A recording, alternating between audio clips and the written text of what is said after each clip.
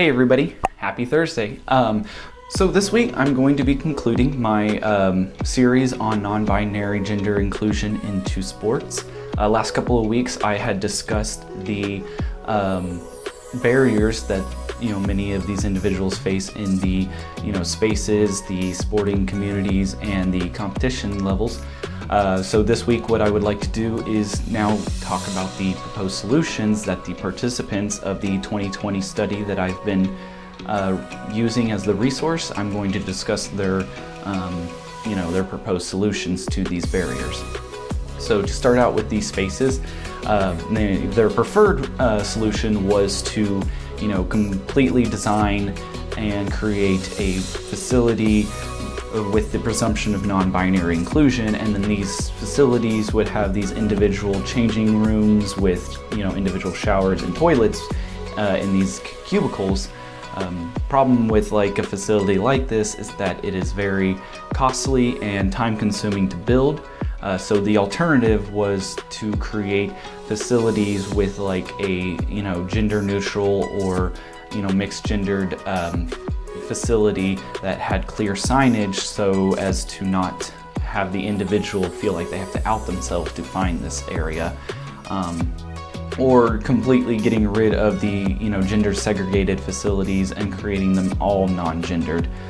In this way they proposed that it would create equal access for women to use toilets, because they noted that equal toilets or equal number does not necessarily mean equal access. Rather, it means equal chance of access is what that means.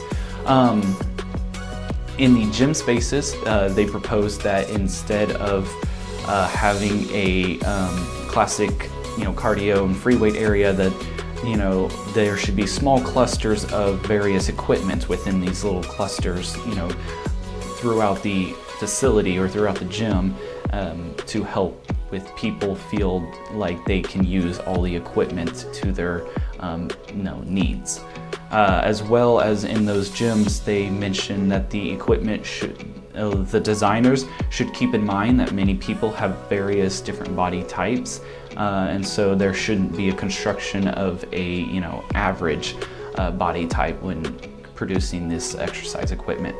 Another thing that I really enjoyed was the fixed mirrors. If you can't make them movable, rather what they should do, or another alternative, is to create curtains, so that these mirrors become a voluntary piece in the gym and not something that everybody can look at everybody and feel exposed. When it comes to the competitions, they noted that the best way to facilitate access is by having representation, not only in the organizational roles, but as well as in the resources and in the promotional material, so to help showcase diversity in different body types.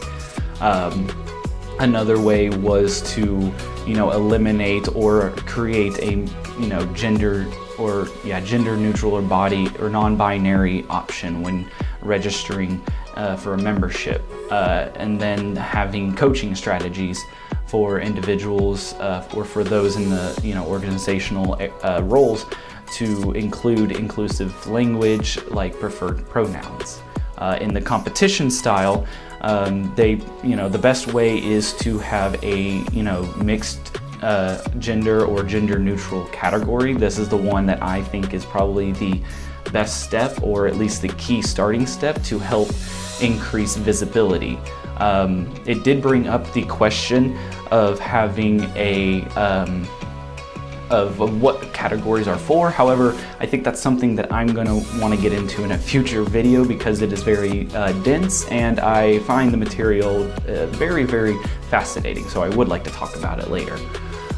But increasing the visibility of non-binary people not only helps non-binary, it also helps various other people beyond that who feel like they aren't included, or they don't feel like they are represented. And so there will be more inclusion for those types of people as well. So I really hope that this series of videos has helped you give something to think about. If you have any questions, reach out, and of course, as always, stay happy, stay healthy, and stay hydrated.